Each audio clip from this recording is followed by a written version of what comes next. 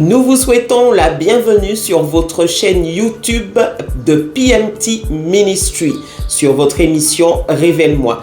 Aujourd'hui, le thème du jour, laisse aller mon peuple. Après 400 ans de dure servitude, Dieu commande aux Égyptiens de laisser aller son peuple. Dieu a vu la misère de son peuple, Dieu a entendu les cris du cœur de son peuple et il a décidé de mettre un terme à cette oppression qu'il vivait depuis près de 400 ans. La question aujourd'hui est de savoir si la Martinique est dans le même cas que le peuple égyptien au moment où ils ont été frappés par les 10 plaies d'Égypte. Aujourd'hui, une édition spéciale en rapport avec l'actualité du jour. Bonjour Alain. Bonjour Sandra, bonjour à tous ceux qui nous écoutent, tous ceux qui partagent avec nous ces moments de joie et de messages que Dieu nous accorde en Jésus-Christ. C'est ça, et puis à chaque fois c'est un plaisir renouvelé, on vous le dit régulièrement, parce qu'en fait nous aimons, comme on disait au départ, disséquer, questionner, rechercher et comprendre les Écritures. C'est notre passion, donc c'est une passion de chercher pour vous. On ne sait pas tout, mais c'est au fil de l'actualité, comme le thème d'aujourd'hui, qu'on est enseigné par rapport aux événements et puis par rapport au sujet que le Saint-Esprit veut travailler à l'intérieur de nous. Donc en fait, nous vous transmettons tout simplement les enseignements que nous recevons pour nous, les applications directes que nous pouvons avoir dans nos vies.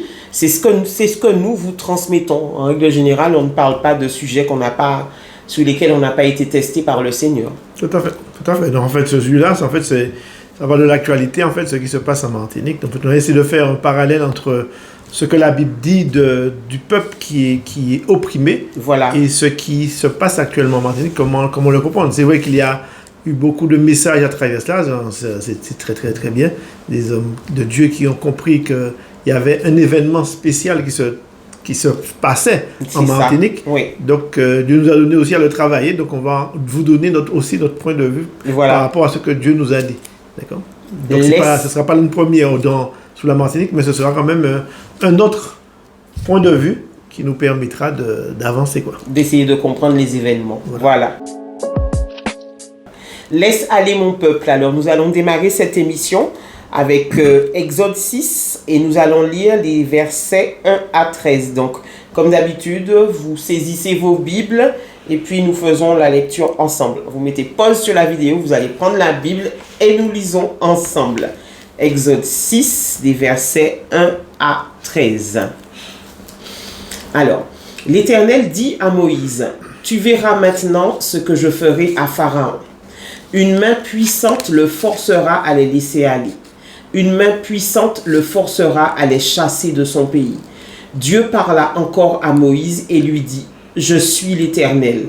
Je suis apparu à Abraham, à Isaac et à Jacob comme le Dieu Tout-Puissant. Mais sous mon nom, l'Éternel, je n'ai pas été reconnu par eux.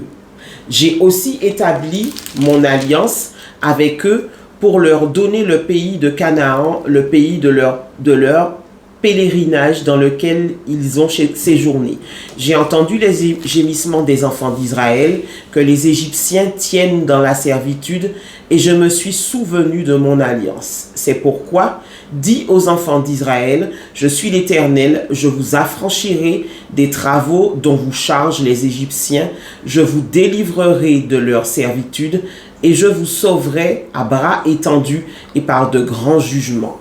Je vous prendrai pour mon peuple, je serai votre Dieu, et vous saurez que c'est moi, l'Éternel, votre Dieu, qui vous a franchi des travaux dont vous chargent les Égyptiens. Je vous ferai entrer dans le pays que j'ai juré de donner à Abraham, à Isaac et à Jacob. Je vous le donnerai en possession, moi l'Éternel. » Ainsi parla Moïse aux enfants d'Israël. Mais l'angoisse et la dure servitude les empêchèrent d'écouter Moïse. L'Éternel parla à Moïse et dit, « Va, parle à Pharaon, roi d'Égypte, pour qu'il laisse aller les enfants d'Israël hors de son pays. » Moïse répondit en présence de l'Éternel, « Voici les enfants d'Israël ne m'ont point écouté. Comment Pharaon m'écoutera-t-il, moi qui n'ai pas la parole facile ?» L'Éternel parla à Moïse et à Aaron et leur donna des ordres au sujet des enfants d'Israël et au sujet de Pharaon, roi d'Égypte, pour faire sortir du pays d'Égypte les enfants d'Israël. Donc voici un peuple d'Israël qui est sous l'esclavage depuis 400 ans, sous la domination des Égyptiens. Et puis Dieu a décidé à un moment que ça suffit et que le temps marqué est arrivé pour laisser partir son peuple. Et il a décidé que son peuple doit maintenant aller en terre promise. Mais les Égyptiens qui ont des avantages, des avantages qui sont certains, ils décident à ce moment-là que non, ils ne vont pas les laisser partir. Alors le Seigneur décide de frapper. Et puis ça va crescendo. Au départ, c'est une petite plaie, une deuxième, une troisième, une quatrième. Et puis à la fin, ça se termine un petit peu de manière tragique. Tout à fait. En fait, juste pour revenir aussi à la genèse de cette situation, pourquoi le peuple était en Égypte, vous allez pouvoir trouver ça dans Genèse 15, à partir du verset 7, si vous voulez. C'est-à-dire que Dieu qui prédit la captivité d'Israël. Et cette captivité a été donnée à Abraham. En fait, Dieu a révélé ça à Abraham. Et Dieu a prédit ça dans Genèse 15, du verset 7 au verset 20. Et lorsque Dieu a envoyé Moïse, nous sommes arrivés en fait au verset de ce chapitre 15 au verset 16. Il est dit: à la 4e génération, ils reviendront ici, car l'iniquité des Amoréens n'est pas encore à son comble. Quand le soleil fut couché, il y eut une obscurité profonde, et voici ce fut une fournaise fumante, et les flammes passèrent entre les animaux partagés. Donc en fait, l'alliance a été faite avec Abraham, et Dieu avait révélé ça à Abraham, et c'est vrai que ce qui s'est passé, c'est pourquoi en fait, le peuple était dans la servitude, parce que Dieu avait prédit la captivité. Donc en fait, que Dieu contrôle la situation, et Dieu sait ce qui se passe. C'est ça. Parce qu'il était déjà prédit. D'accord ? C'est ça. Dieu avait déjà été dans le futur. Dieu, comme on le dit souvent sur cette chaîne, le Seigneur, il se balade en fait dans le temps. Le temps n'a aucun... Ça n'a pas de sens pour lui, donc il est en dehors du temps. Donc il savait déjà très bien que dans le futur, il y aurait eu 400 ans d'esclavage et à un instant T, qu'il serait venu au secours de son peuple. Voilà. Parce qu'en fait, il y a une verset qui dit que la malédiction est sur un peuple jusqu'à 4 générations. 4 générations. Donc, et la bénédiction jusqu'à 1000 générations. Donc on voit bien que Dieu connaît le temps. Il sait à quel moment délivrer un peuple de la servitude. J'aime bien ce que tu es en train de dire parce que ça fait écho, mais on va revenir tout à l'heure. Alors retenez bien, Alain vient de dire la malédiction, elle est sur 4 générations. Donc on va analyser tout à l'heure par rapport à ce qu'on est en train de vivre en ce moment à la Martinique. Alors, j'ai une question. Pourquoi le choix de Moïse ? Alors Moïse, en fait, c'était quelqu'un qui sa naissance a été faite au moment où les Égyptiens ont voulu tuer les premiers-nés. C'est ça. Il y avait une prophétie en fait. Qui était dessus. Et il a voulu tuer les premiers d'Égypte. Vous connaissez cette histoire, tout le monde en fait, beaucoup de gens connaissent cette histoire, même si c'est à travers des films. Mais en fait, et c'est alors que la mère de Moïse a décidé de cacher l'enfant pendant un certain temps, au moins 3 ou 4 mois. Mais comme l'enfant grandissait, il pleurait, donc en fait il grandissait, donc il fallait quand même le protéger encore. Et il a eu cette audace d'aller dans le fleuve et le mettre dans un berceau et le faire passer dans le fleuve, dans le Jourdain. C'est ça. Et c'est alors que la fille de Pharaon était là et elle a pu récupérer l'enfant. Et dans la bénédiction encore de Dieu, Dieu a permis que cette même mère puisse allaiter son enfant. Donc il n'y avait pas de coupure malgré que c'était fait. Le lien maternel était toujours là. Puisqu'il y avait Myriam, sa sœur, sa plus grande sœur, et il y avait Aaron, le plus petit. Donc on voit bien que la famille était là, mais cette femme a pu allaiter son enfant chez Pharaon. Donc, et c'est alors que Moïse a grandi. Et donc, pour répondre à ta question, donc Moïse a grandi avec Pharaon. Donc, il connaissait les us et coutumes de ce peuple. Donc, il connaissait en fait les intérêts du peuple, savait comment ça fonctionnait. Leur pensée profonde. Toute leur stratégie économique, spirituelle et tout ce qu'il faisait. Donc, on voit que c'est quelqu'un qui avait une connaissance du peuple égyptien. Qu'il était chargé de combattre plus tard. Donc voilà comment Dieu est fin. Quand ses plans sont faits, il prend quelqu'un, il sait très bien que Moïse va être le libérateur. à sa naissance, il dépose le libérateur dans la maison de l'ennemi pour qu'il apprenne les techniques de l'ennemi avant qu'il ne passe à l'action. Ouais. Donc il grandit avec l'ennemi, puisque clairement c'est son ennemi. Tout à fait. Il grandit avec son ennemi. Tu as des stratégies des fois qui sont au-delà de nos pensées. Il nous envoie chez des gens, en fait, nous fait grandir dans une situation peut-être compliquée. C'est ça. En dehors de notre famille, de tout ce qu'il y a. Même, on a vu que même avec Joseph a grandi chez les Égyptiens. Donc on voit bien que Dieu a des techniques qui sont assez spéciales. Des fois, on est dans des situations assez cocasses, qu'on dirait difficiles. C'est ça. À notre regard d'homme limité, mais que Dieu a déjà un plan préparé à l'avance, stratégie déjà arrêtée par lequel il va intervenir pour sa gloire. Donc, il a fait l'ennemi l'élever. Alors qu'il devait mourir. Mais oui. Il était voué à la mort. D'ailleurs, le plan de Pharaon, c'était pour tuer Moïse. Hein?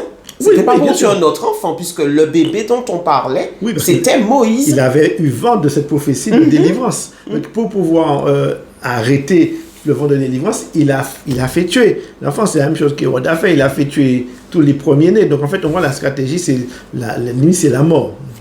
Il n'y a pas d'autre technique. On tue tout le monde. Point barre. C'est ça.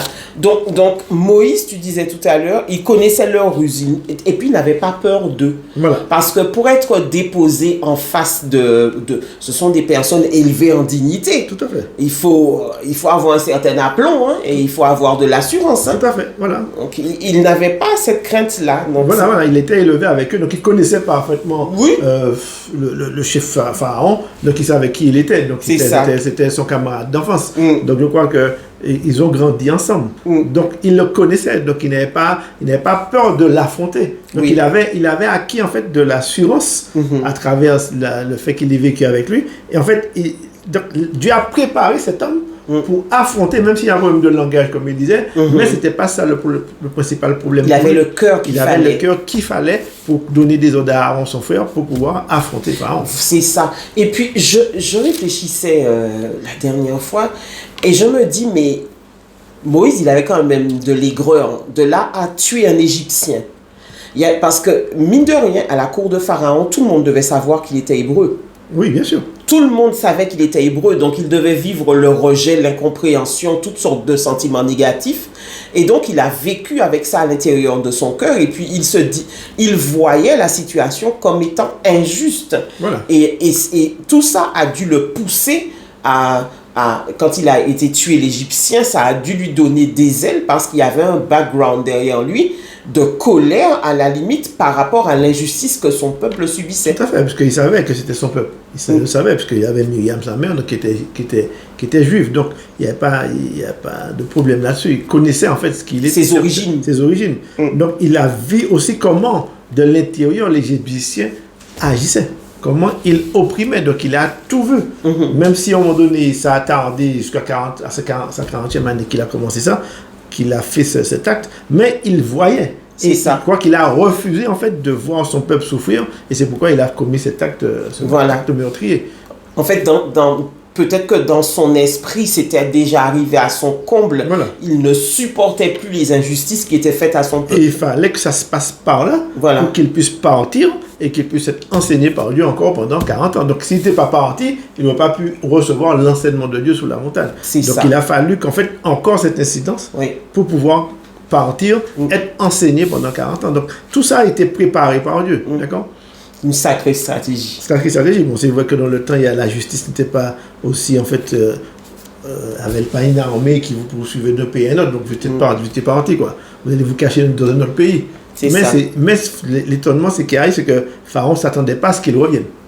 Tout à fait. Après 40 ans, pour Pharaon, cet homme-là est mort. Le parallèle qu'on peut faire avec l'actualité aujourd'hui, c'est qu'en fait, on a un homme qu'on voit donc on connaît le nom, donc qui en fait... Il s'appelle le R.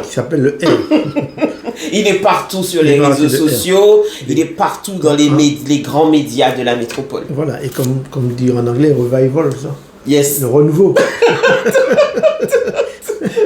Donc en fait, c'est un renouveau peut-être pour la Martinique. Et je crois que cet homme-là qui a exposé un petit peu sa situation à tout le monde. Donc, on connaît qui il est. Donc, c'est le même type d'homme qui n'a pas peur d'affronter, en fait, qui a connu, en fait, des situations difficiles, compliquées, et qui sait comment agir la justice et l'injustice qui existe dans la justice. Donc, il peut maintenant affronter allègrement. Donc, on a vu ses prises de parole, on a vu comment il parlait et comment il a pu entraîner derrière lui un peuple. C'est ça, il est très fédérateur et puis il a beaucoup d'assurance quand il parle. Voilà, donc je crois que Dieu peut choisir ce type d'homme-là, même si qu'ils connaissent Dieu ou pas. Donc on ne sait pas s'il ne connaît pas, dès qu'il ne connaît pas Dieu. En fait, bon, on ne connaît pas ses antécédents spirituels, mais Dieu l'a choisi. Et on a... On a fait un petit peu des recherches sur lui.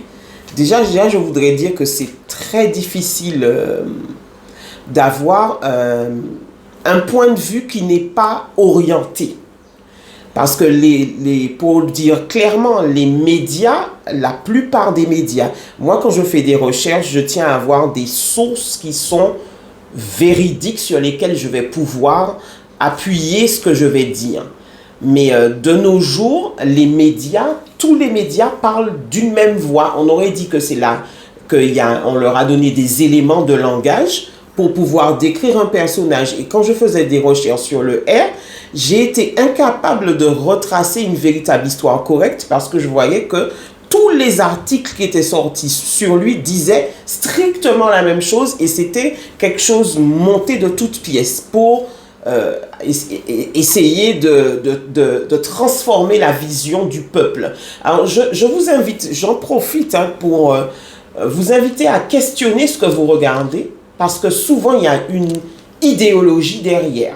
Qu'on le veuille ou pas, que ce soit la télévision, que ce soit les médias nationaux, souvent il y a une idéologie derrière et ils en profitent pour faire passer un message. Donc, du coup, j'ai fait avec ce que j'avais, mais j'ai la famille Petitot pour parler du R, hein, tout le monde en parle, on en parle sur les réseaux sociaux partout.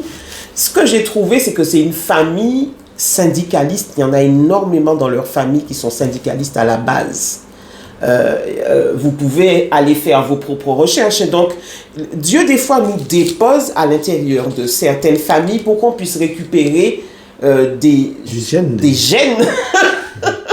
Et il sait pourquoi il a déposé cet homme particulièrement dans cette famille.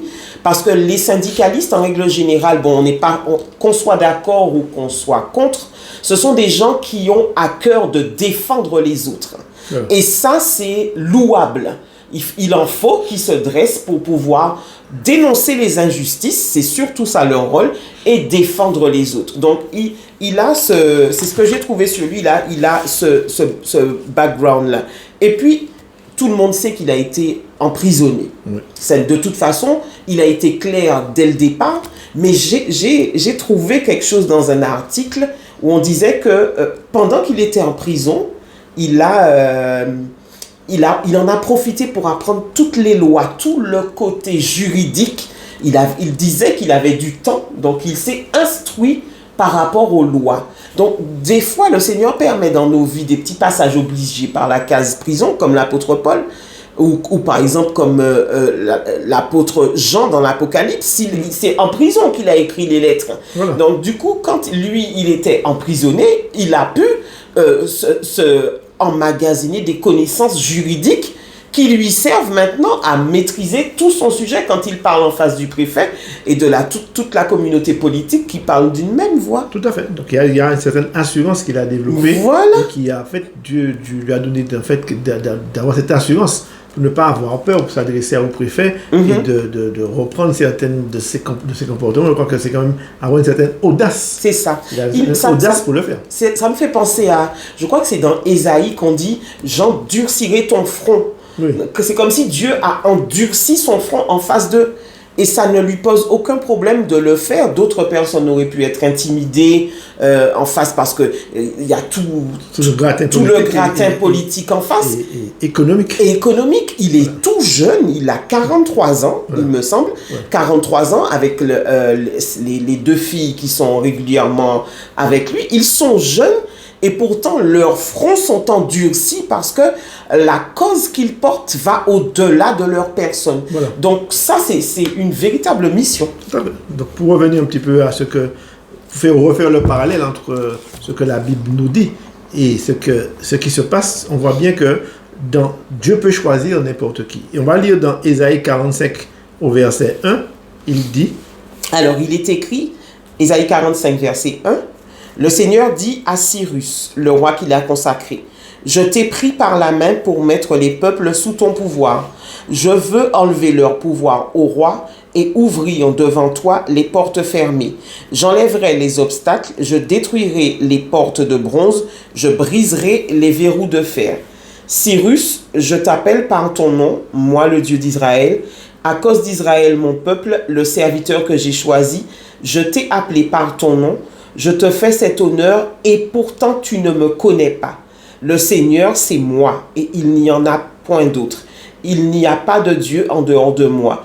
Tu ne me connais pas, mais je te donne la force d'agir. » Voilà, donc on voit qu'ils connaissent Dieu ou pas, on ne sait pas, mais Dieu peut choisir quelqu'un qui ne connaît pas. C'est qui ça. ne connaît pas, et pour pouvoir l'envoyer pour agir en son nom. C'est ça. À cause de son peuple. Donc Dieu choisit celui qui est capable, en mesure de faire l'action que Dieu veut accomplir. C'est ça qu'en fait, la puissance de Dieu. Et donc Dieu voit bien que Dieu n'a pas choisi un chrétien, il n'a pas choisi quelqu'un qui le connaît. On en fait un jeu, encore une fois, entre guillemets, bon, je ne vais pas dire qu'il ne le connaît pas. On n'en sait rien. On n'en sait rien. Mais Dieu choisit qui il veut. Qui il veut, il envoie qui il veut. Donc, pour accomplir ses jugements. Donc, il n'y a pas de fois on se dit, ah oui, pourquoi celui-là, pourquoi ceci, il était en prison. Ce n'est pas ça le souci. Le souci, c'est que Dieu l'a choisi, point barre. C'est ça. Et c'est ça qui fait que Dieu appelle qui il veut. Et c'est pourquoi Dieu peut appeler, donc même qu'il a choisi le voleur qui était sur la croix avec lui, il appelle qui il veut. C'est son droit, il est le roi des rois. C'est ça. Ça me fait penser à, je crois que c'est Ecclésiaste, hein, il n'y a rien de nouveau sous le soleil. Donc vous voyez avec le texte qu'on vient de lire dans Ésaïe 45 verset 1, le roi Cyrus, c'était pareil, il ne connaissait pas Dieu du tout, pourtant il avait été choisi par Dieu lui-même pour pouvoir accomplir un jugement. Donc c'est une histoire qui se répète, Dieu choisit qui il veut. Et puis il y a aussi un autre homme que Dieu a choisi, un païen, que vous allez pouvoir trouver dans Ézéchiel 26 au verset 7. « Voici, j'amène contre Tyr Nabuchodonosor, roi de Babylone. Cet empereur viendra du nord, il viendra t'attaquer avec des chevaux et des chars. » Donc c'est Dieu qui avait donné l'ordre à Nabuchodonosor. Il a dit, j'amène contre Tyr. Voilà. Il a amené cet homme contre Tyr. Parce qu'il savait que son peuple n'était pas en mesure de se battre. Donc il a choisi un autre roi qui était païen et pour envoyer contre Tyr pour délivrer son peuple. Donc on voit que Dieu peut créer dans les peuples n'importe quelle pensée pour agir en faveur du peuple de Dieu. C'est ça. Donc on voit que Dieu n'a pas de limite dans ses actions, dans sa position. Donc il envoie qui il veut. C'est ça la puissance de Dieu. Et pour rappeler un petit peu que j'avais lu un livre qui s'appelait Le Code d'Esther. En fait, c'est écrit par un homme qui s'appelait Bernard Benjamin. Et en fait, il avait fait une explication assez bien. Et il disait en fait que c'était au temps de la guerre 1945 avec Hitler. Et il y avait des hommes qui l'accompagnaient. Et ces hommes, c'était en fait tout le staff militaire. Et ces hommes sont passés en jugement. Ils sont passés en jugement. Et il y avait l'un d'eux qui connaissait parfaitement la Bible. Il avait étudié la Bible. Et lorsqu'on devait le juger, il a dit Pourim 1946. Et cet homme, ça a intrigué. Pourquoi il dit ça? Et Pourim, en fait, c'est une fête juive. Une fête joyeuse. Il a prononcé cette phrase-là. Il a prononcé cette phrase Pourim 1947. Et Pourim, c'est la fête qui s'est produite après qu'Esther, la délivrance d'Esther, et Pourim, c'était cette fête qui permettait au peuple d'être joyeux parce qu'ils après la victoire. Après la victoire. Et ils pouvaient boire, ils pouvaient en fait se déguiser. En fait, c'était une fête. Et cet homme a prononcé Pourim 1946. Et cet homme a fait donc des recherches et il a compris qu'il y avait quelque chose à rechercher. Il a fait des recherches, il a quand même beaucoup voyagé pour cela. Et il a compris que il y avait 10 personnes, le même nombre, Haman et ses 10 enfants, et ça fait 11 Ils ont été pendus au bois. Ils étaient pendus. Et la loi à Nuremberg, c'était la chaise électrique. Mais ils ont été pendus. Eux aussi. Eux aussi. Pourquoi? Parce que la loi qui s'appliquait à Nuremberg, en Allemagne, c'était la loi anglo-saxonne. Donc, les gens devaient être pendus. D'accord. Donc, ces 10 hommes ont été pendus parce que, après, donc on a vu qu'il expliquait qu'en fait, que ce qui s'est passé avec Haman, la même chose s'est reproduite pendant la guerre. Pendant la guerre. Et on a fait la pendaison de ces hommes-là, parce que c'était des mercenaires, c'était des hommes qui travaillaient avec Hitler. Donc on a vu, ils sont passés en jugement, et ils ont été aussi pendus. Et c'est alors qu'il a fait beaucoup de recherches concernant ça. Donc c'est un livre que vous pouvez lire qui est très intéressant, et il s'appelle Le Code d'Esther. C'est ça. Et en fait, plusieurs milliers d'années après, il a compris, et dans Esther, justement, il expliquait qu'en fait, que la Germania, était déjà prophétisée dans ce livre d'Esther. C'est ça. Donc, on voit bien que les choses qui sont produites dans l'Ancien Testament peuvent se reproduire parce que Dieu l'a décidé ainsi. Et c'est là où on voit que, comme quand on discutait, quand tu m'en as parlé, c'est là où on voit que tout est spirituel. Parce que le même esprit, parce que les esprits sont éternels, les puissances des ténèbres, ce sont des esprits, ils sont éternels. Le même esprit qui a agi, par exemple, en 1250, peut agir en 2025. On le voit réapparaître par-ci et par-là. Et c'est pour ça que dans Ecclésiaste, il est écrit, il n'y a rien de nouveau sous le soleil, parce que c'est cyclique, c'est ce qu'ils veulent faire. S'ils n'ont pas réussi une fois, ils vont recommencer 1000 ans plus tard s'il le faut, mais ils recommenceront certainement, puisque ce sont les mêmes. Et quand tu parles des 10 qui ont été pendus dans la Genèse, et puis des 10 qui ont été pendus en 1848, c'est quand même hallucinant.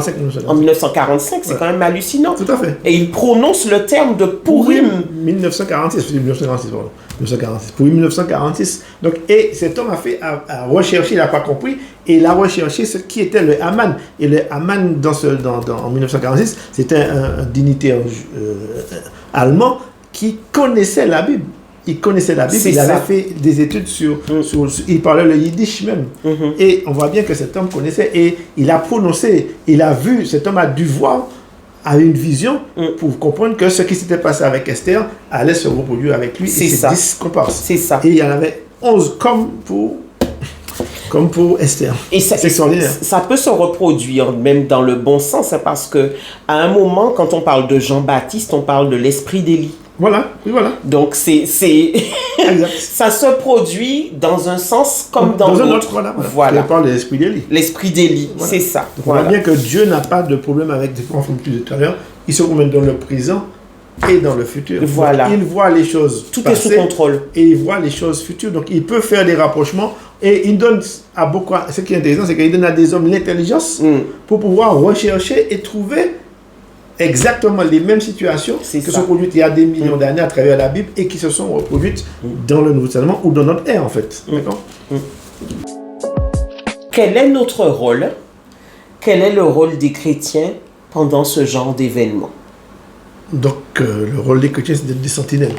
Le sentinelle, c'est celui qui veille, qui prie et qui intercède. C'est-à-dire que devant, bien que même si nous n'intervenons pas sur des barrages, mais notre rôle, c'est de prier, d'intercéder pour que, effectivement, parce que nous souffrons tous de la vie chère, et notre rôle, c'est de prier, intercéder en permanence, comme là on l'avait vu, donc intercéder en permanence. Et nous allons lire en fait le verset qui en parle dans Ésaïe 21, versets 11 à 17, que Sandra va vous lire. Alors, Ésaïe 21, versets 11 à 17, oracle sur Duma. On me crie de Séhir.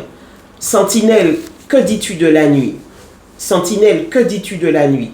La sentinelle répond. Le matin vient et la nuit aussi.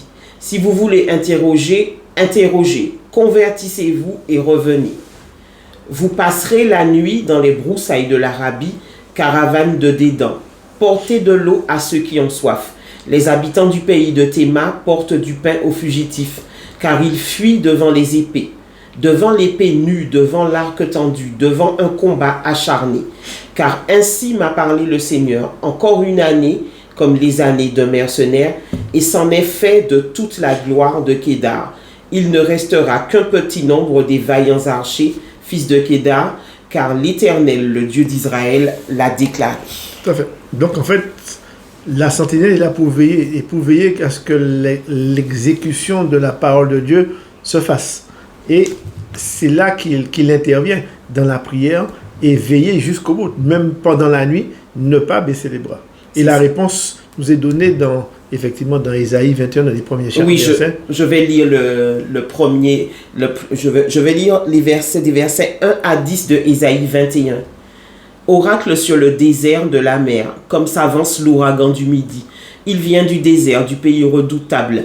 Une vision terrible m'a été révélée. L'oppresseur opprime, le dévastateur dévaste. Monte Élam, assiège Médie. Je fais cesser tous les soupirs. C'est pourquoi mes reins sont remplis d'angoisse. Des douleurs me saisissent comme les douleurs d'une femme en travail. Les spasmes m'empêchent d'entendre. Le tremblement m'empêche de voir. Mon cœur est troublé. La terreur s'empare de moi. La nuit de mes plaisirs devient une nuit d'épouvante. On dresse la table, la garde veille, on mange, on boit.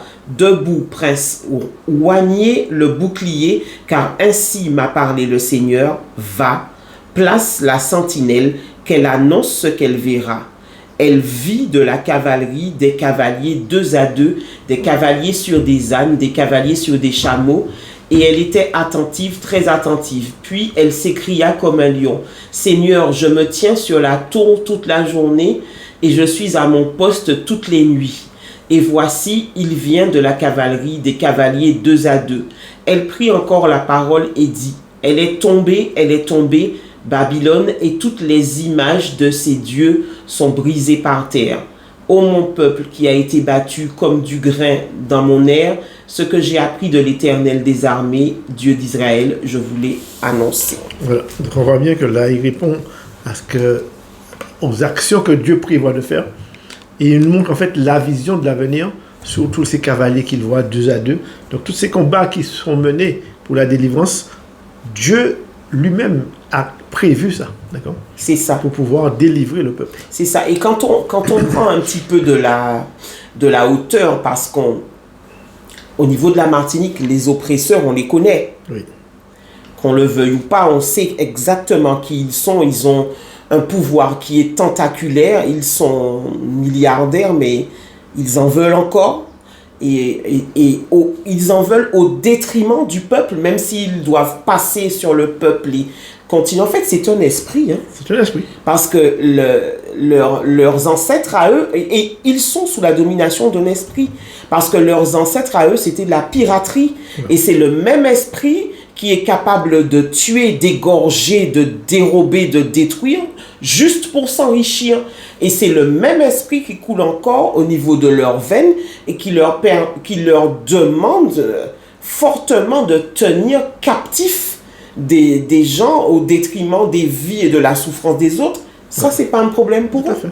Et quand on voit comment a commencé le conflit en Nouvelle-Calédonie, oui. C'est la même, ce sont les mêmes personnes qui ont un pouvoir tentaculaire en Nouvelle-Calédonie qui ont été touchées.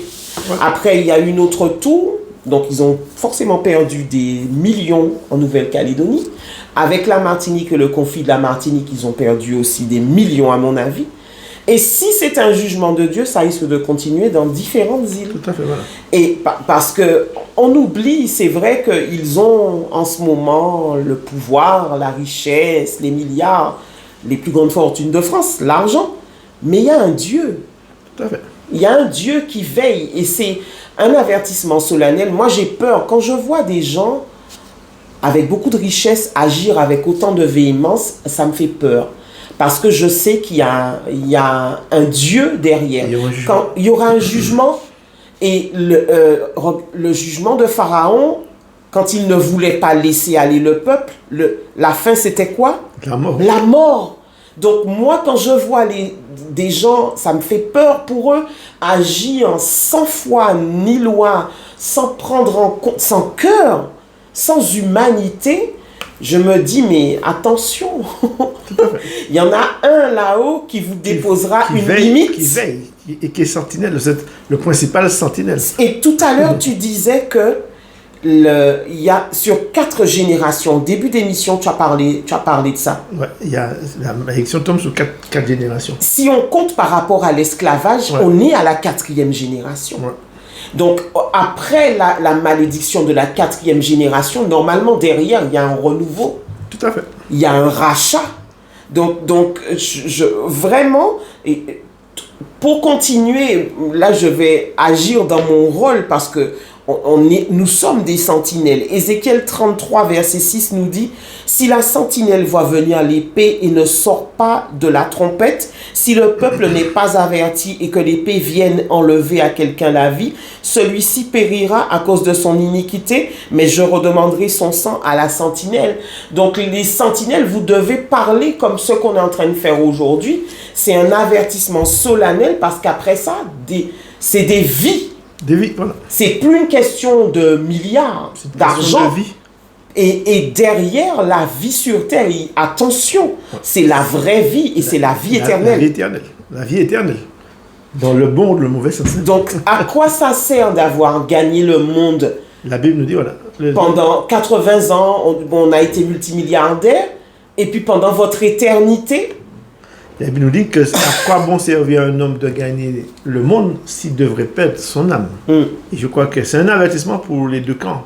Pour nous, ceux qui n'avons rien, mais pour ceux aussi qui ont tout et qui devraient aussi se repentir. Donc c'est un appel à la repentance aussi pour tous ces gens qui en fait oppriment, détruisent. Parce qu'en fait, on bien comprendre, en fait, je suis pas historien, mais je crois qu'entre aujourd'hui, 2024 et le début de l'esclavage, il y a à peu près 400 ans. Donc il faudrait peut-être canaliser ça. Je n'ai pas à peu près 450. 450 ans. Donc, en fait, on voit bien que le peuple d'Israël a été opprimé pendant 400 ans. Donc, c'est un 4 générations. Donc, c'est un temps décrit par Dieu. Donc, quand le temps de la délivrance est arrivé, il est temps de se repentir. Oui. Parce que ce que Pharaon n'avait pas compris, qu'il fallait qu'il se repente. Et il a poursuivi. Il a usé d'orgueil avec toute sa puissance. Parce qu'il avait de la puissance. Oui. Mais il a compris il a oublié qu'il y avait Dieu au-dessus. Qui avait mené le combat, qui avait décidé qu'aujourd'hui, ce serait la délivrance. Et ils ont tous coulé. Donc, je crois que c'est un temps de repentance pour lequel, à travers ces messages que nous donnons, un message de repentance, appel à la repentance pour tous ceux qui pensent pouvoir gérer le temps pendant des milliers et des milliers d'années. C'est ça. Et puis, comme on le disait, je n'avais pas terminé ma phrase. Vous pouvez être riche pendant 80 ans, être multimilliardaire, être la plus grande fortune du monde, mais à quoi ça vous sert si pendant l'éternité, parce qu'après la mort, il y a encore une vie, on insiste, et c'est cette vie-là qui est éternelle. Et c'est la vraie vie. Donc à quoi ça vous sert d'avoir gagné autant si c'est pour vous retrouver au 7e niveau de l'enfer? Parce qu'en enfer, il y a des strates. En fonction de ce que vous aurez fait, il y a des niveaux. Comme dans le ciel, il y a des niveaux. En enfer aussi, il y a des niveaux. Il y a des niveaux de souffrance. On a vu le cas avec Abraham, en fait, cet homme qui était mort, qui avait tout, et Lazare. Et lorsqu'ils sont tous les deux morts, eh bien, Abraham disait à Dieu d'envoyer Lazare. Il disait, c'est pas possible. On va dire. Non, c'est pas Abraham. Comment il s'appelait, le monsieur? C'est pas Abraham, c'est non. Son nom. Oui. En fait, il y avait Lazare, en fait, vous se connaissez. Donc, et il demandait, l'homme riche, il demandait d'envoyer, avertir sa famille, de ne pas faire comme lui. Mais Dieu, qu'est-ce que lui a dit? Vous avez les prophètes. Il y a un creuset entre nous. Donc, vous avez les prophètes, ils n'ont qu'à les écouter. Donc, ça, nous faisons aujourd'hui un travail de prophétie pour tous ceux qui pensent pouvoir gérer le temps et pouvoir penser que l'argent pourra tout. C'est ça. Ouais. Ça veut dire que vous allez pouvoir peut-être gérer le temps maintenant, mais après. Voilà. Et c'est, en créole, on dit c'est après qui raide. Tout à fait. Et avec tout l'amour que nous pouvons vous porter, c'est pas le bon endroit. Il faut pas y aller en fait. Tout à fait. Et une fois qu'on y est, c'est trop tard. Et trop tard. Donc en fait, à travers ce message, ce que nous voulions dire aussi aux méchants, à ceux qui dirigent de pouvoir se repentir. C'est un appel à la repentance. Parce que c'est vrai qu'il y a toutes ces histoires de vie chère, mais surtout un appel à la repentance. C'est ce qui est fondamental dans la vie d'un homme. Maintenant, qu'il ait tout ce qu'il veut, d'accord, mais qu'il ne se repente pas, ça c'est notre problème. C'est-à-dire que Dieu est un Dieu de justice. On n'empêche à personne d'être riche parce que il faut des riches et il faut des très riches. Par contre, le cœur et ce qu'on fait de la richesse, c'est tout à fait autre chose. Si on doit opprimer pour être riche, c'est problématique parce que Dieu va laisser aller 1 an, 2 ans, 400 ans, mais au moment où l'iniquité sera arrivée à son comble, eh ben, il y aura un jugement. On l'a lu dans Genèse 15, quand l'iniquité arrive à son comble, Dieu est patient. C'est pourquoi il a dit l'iniquité n'est pas arrivée à son comble dans Genèse 15, 16. Et quand ça arrive à l'iniquité, il arrive à son comble, eh bien Dieu déploie Moïse, il déploie le R, il déploie qui il veut, et puis il l'envoie, et puis advienne que pourra, parce qu'il a son jugement est tombé. Et quand le jugement de Dieu tombe, ben c'est terminé. Il a arrêté un jugement, donc point barre, ça s'accomplit et rien ne peut l'arrêter. Et puis ça peut faire, ça peut traîner. On a vu, ça a commencé en Nouvelle-Calédonie, ça vient ici, donc ça peut. Après il y a la Guadeloupe, il y a la Guyane, ça peut continuer. Ça peut remonter sur la France, en fait, parce que les Français souffrent aussi. Ils en parlent, ils essaient de cacher ça, de réprimer tout cela, mais les Français souffrent. Ils en parlent tout le temps. Alors, sachez simplement que dans le monde aussi, bien sûr. Voilà. Sachez simplement qu'au-dessus de vous, il y a, que vous soyez chrétien ou pas, au-dessus de vous, il y a un Dieu. Ce n'est pas encore palpable peut-être dans votre vie, mais il peut montrer qu'il est là de manière assez particulière. Hein? Et on n'aimerait pas, moi, en venant dans le studio B aujourd'hui, j'étais en train de me dire, mais Seigneur, je m'imaginais les Israélites au milieu des 10 plaies. Parce que quand les plaies se sont abattues sur tout le pays d'Égypte, les Israélites vivaient à l'intérieur. Ils avaient peur. Mais forcément. C'était pas simple. Mais non. Et c'était un changement radical de vie. Oui. Il a même dit aux Israéliens, vous ne le verrez plus. Donc il y a quand même un changement qui va se produire majeur. Et donc, il y avait, et le verset me remonte, et vous verrez de nouveau quelle est la différence entre celui qui sert Dieu et celui qui ne le sert pas, entre celui qui connaît Dieu et celui qui ne le connaît pas. Exactement. Et donc, quand ils étaient dans cette situation-là, les jugements de Dieu s'abattaient sur l'Égypte, mais il y avait quand même le peuple de Dieu au milieu du jugement. Voilà. Ils le voyaient en direct. Ils le voyaient en direct. Voilà. Mais ça n'empêchait en rien au jugement de s'abattre. C'est pourquoi en fait, il ne faut pas avoir peur de ces événements. Parce que beaucoup de gens ont peur, beaucoup de gens critiquent, ils critiquent parce qu'ils ne savent pas. Mais quand un jugement tombe, on ne peut rien faire. Et je crois qu'il faut accompagner justement dans la prière et dans la foi tous ces événements. Ne pas douter parce que des fois on s'appuie sur notre, comme on dit, sur notre confort. C'est ça. Sur notre confort parce qu'on ne veut pas changer, parce que j'ai des traites, j'ai de ceci, cela. Maintenant, si le système s'écoule, on n'aura plus de traites. Hein. Maintenant, on ne va pas mourir de faim. On va jamais parce mourir que Dieu de faim. sera toujours Dieu. On va se nourrir peut-être moins, mais on ne va jamais mourir de faim. Ce sera bon pour nous. Ce sera bon pour nous. Donc, en fait, c'est la peur en fait, qu'on met dans notre cœur. En fait, on a toujours vu que la peur n'est jamais une bonne chose. La peur n'a jamais été une bonne chose, jamais un bon conseiller. Donc, je crois qu'il faut comprendre que quoi qu'il arrive, il y aura toujours de l'eau, il y aura toujours à manger, il y aura des agriculteurs ici, on va manger, on va faire des élevages, on va partager comme avant, mais il ne faut pas avoir peur d'affronter des événements nouveaux. C'est ça que le peuple d'Israël a fait. Il a changé de vie, il est passé dans notre pays, il fallait qu'il recommence tout, et ils ne sont pas morts, et ils existent jusqu'à aujourd'hui. Et en même temps, quand on a des événements comme ça nous forme, et on peut voir qui on sert. Parce que quand il y a eu le Covid qui a frappé toute la terre, tout le monde était bouleversé, secoué, mais finalement, les églises, une bonne partie des églises ont été secouées, elles aussi. Et le chrétien d'avant Covid et le chrétien d'après Covid, c'était deux chrétiens différents. Voilà. Parce qu'entre-temps, on a une connaissance beaucoup plus approfondie de Dieu. Beaucoup ont vécu des expériences qui étaient spectaculaires, extraordinaires. Voilà. Donc Dieu sait ce qu'il fait. Le peuple d'Israël avait vécu pendant 400 ans captif dans la servitude. Donc il fallait qu'il soit un peu plus musclé pour pouvoir commencer à se prendre en main tout seul. Voilà. Voilà. Donc en fait, ces éléments-là nous servent.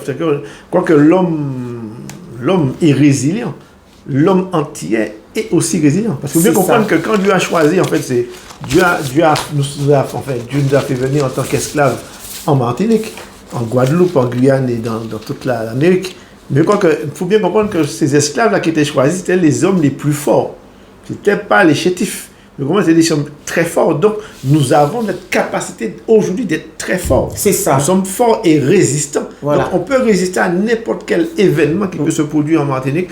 Nous avons la capacité, de par notre force qui réside en nous. Oui. Et j'ai écouté une émission sur ça. Il y a une jeune fille qui fait une petite émission. Il disait en fait que la mélanine, c'est ça.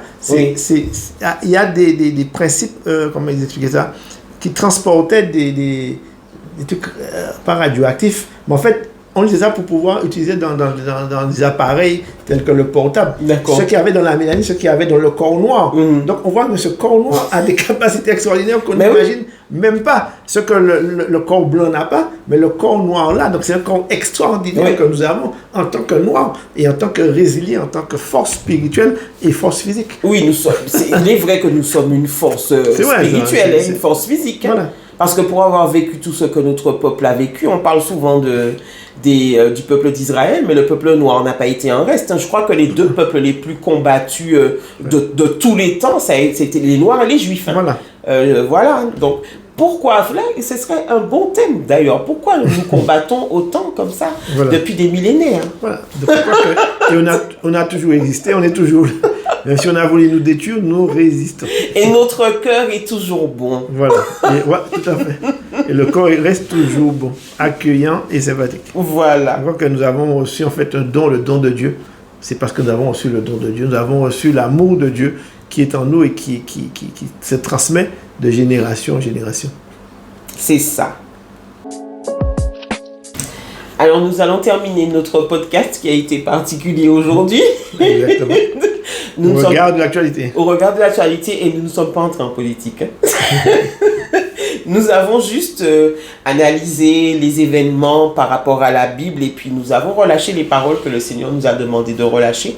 Et d'ailleurs, je vais citer un dernier verset dans Jérémie 1 au verset 10.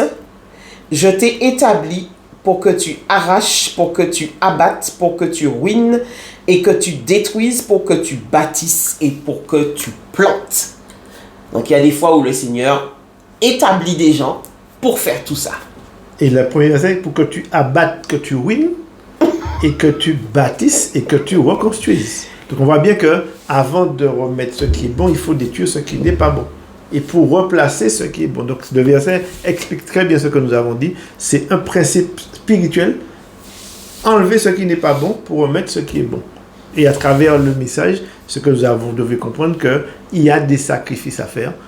Parce que quand on abat, ça crée du désordre, ça crée des souffrances, mais le mieux sera pour après et bien meilleur que ce que nous avons. J'ai envie de dire que son règne vienne, que sa volonté soit faite sur la terre comme elle l'est faite dans le ciel. Et j'ai envie de dire par rapport à Jérémie 1, verset 10, qu'il en soit ainsi.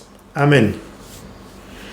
Nous allons prier pour que la volonté de Dieu se fasse. Quoique tu l'as dit dans la citation d'un verset du Notre Père. Seigneur, que ta volonté se fasse, que nous puissions être fermes, déterminés avec ton esprit, et que nous puissions marcher pour ta gloire, et que ta parole s'exécute au nom de Jésus-Christ. Amen. Amen. Qu'il s'accomplisse exactement ce que toi tu auras décidé dans le ciel, et pas autre chose, parce que nous n'autorisons pas les autres choses. Tout ce qui ne sont pas, tout ce qui n'est pas de ton plan est brisé au nom de Jésus-Christ de Nazareth. Et il se fera sur le territoire de la Martinique uniquement ce que toi tu auras déclaré dans le ciel au nom de Jésus. Merci Seigneur. Amen. J'ajouterai sur la Guadeloupe, sur la Guyane et sur les îles de la Caraïbe. Partout où tu as décidé de t'étendre. C'est ici que se termine cette belle émission. Nous vous remercions de l'avoir suivi et puis nous nous retrouvons la semaine prochaine. Et que Dieu vous bénisse et que nous espérons vous avoir répondu et que la parole de Dieu s'exécute comme il a promis par la foi en notre Seigneur Dieu Tout-Puissant. Et que Dieu vous bénisse. Amen. Ciao.